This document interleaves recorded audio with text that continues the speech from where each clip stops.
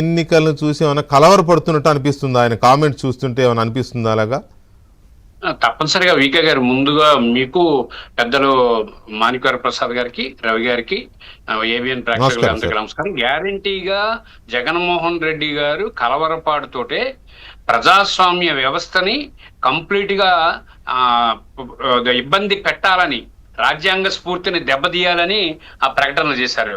ఆయనకు వాస్తవం అర్థమైంది ఏంటంటే, గతంలో ఆయన అధికారంలో ఉన్నప్పుడు తెలుగుదేశం పార్టీ వాళ్ళు ఎవరిని కూడా ఎక్కడ పోటీ చేయనివ్వకుండా బీఫాములు చింపేసి హడావిడి చేసిన సందర్భంలో ఈరోజు ఒకవేళ ప్రజలంతా కలిపి వన్ సైడ్ గా కూటమి వైపు ఉన్నారేమో, లేకపోతే ఇటు ఎక్కడ కూడా నియోజకవర్గాల్లో పోటీ చేయలేని పరిస్థితి ఉందేమో అనే ఉద్దేశంతో ఒకవైపు ఆయనకు భయం, రెండో వైపు రాజ్యాంగ స్ఫూర్తిని దెబ్బతీయడంలో ఆయన కీలకంగా వ్యవహరిస్తున్నాడు. ఇప్పుడు మాణిక్యవర ప్రసాద్ గారు చెప్పారు, మనం చాలా గ్రామీణ ప్రాంతాల్లో చూస్తున్నాం, శాసనసభకి ఎవరికి నచ్చిన పార్టీ వాళ్ళు వేసుకుందాం, గ్రామాల్లో కొద్దిగా ఈ కొట్లాట్లు లేకుండా, అరాచకం లేకుండా, ఇబ్బందులు లేకుండా అందరం కలిసిమెలిసి ఎన్నిక చేసుకుని ఆ గ్రామానికి వచ్చే ఫండ్ అంటే ఏకగ్రీవం అయితే గ్యారంటీగా ప్రభుత్వాలు డబ్బులు ఇస్తాయి.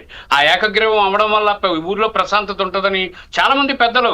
ఈరోజు వికే గారు మీకు ఒక విషయం గమనించండి, రాష్ట్రంలో చాలా గ్రామ పంచాయతీలు రేపు పంచాయతీ ఎన్నికల్లో ప్రశాంతమైన వాతావరణంలో జరగాలని కోరుకుంటున్నారు. దానిలో కొట్లాట్లు కానీ లేకపోతే కక్ష కార్పణ్యాలు రావడానికి ఇష్టపడట్లేదు. ఎందుకంటే గ్రామాల్లో యువతంతా ప్రాంతాలు ఇతర చోటకు ఉపాధి కోసం వెళ్ళిపోయింది.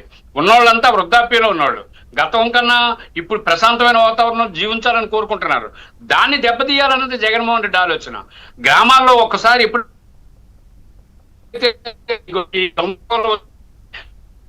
గందరగోళం వల్ల ఎంత దారుణమైనటువంటి పరిస్థితి వస్తుంది.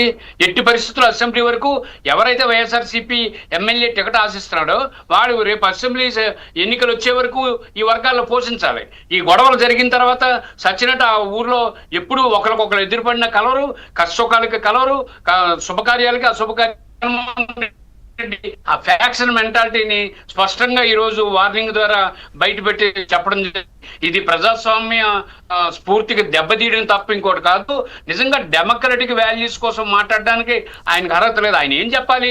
శాసనసభ ఎన్నికలకి మీరు రేపు పోటీ చేసినప్పుడు మీకు బలగం జారిపోకుండా, మీ బలం జారిపోకుండా ప్రశాంతమైన వాతావరణంలో గ్రామాల అభివృద్ధితో పాటుగా రేపు మన అజెండా మనం చెప్పేదానికి సిద్ధంగా కార్యకర్తలు ఉంచండి అని అంటారు. కానీ మీరు కొట్లాడండి, మీరు పోట్లాడండి, ఎవరైనా రాజీ పడితే నేను ఒప్పుకోను, ఎవరైనా ఎనానమస్ అంటే నేను ఒప్పుకోను అంటే ఇదే వరకోవాలండి. ఇది ఎక్కడ చెప్పారండి? ప్రజలు ఒకవేళ రాజీ పడదాం, ప్రజలు ఒకవేళ ఏకగ్రీవం చేసుకుందామని ప్రజలు అనుకున్న ఆ గ్రామంలోనో ఆ వార్డులోనో ఎక్కడైనా కానీ స్థానిక సంస్థల్లో అక్కడ ఉన్న ప్రజలందరూ కలిసి మనకి ఎలక్షన్ అవసరం లేదు, ఏకగ్రీవం చేసుకుందాం, ఎంతో కొంత ఫండ్ వస్తే వార్డు అభివృద్ధికో గ్రామ అభివృద్ధికో పెట్టుకోవడం, ఇదంతా చాలా కామన్ గా జరుగుతూ ఉంటాయి. అలాంటిది జరగడం అనేది జగన్మోహన్ రెడ్డి గారికి ఇష్టం లేదనేది మాటల్లో బట్టి క్లియర్ గా అర్థమైంది. వాళ్ళు అయితే రవికుమార్ గారు ఇక్కడ ఆయన ఒక రకంగా థ్రెటన్ చేస్తున్నాడు. ఎవరిని థ్రెటన్ చేస్తున్నాడు?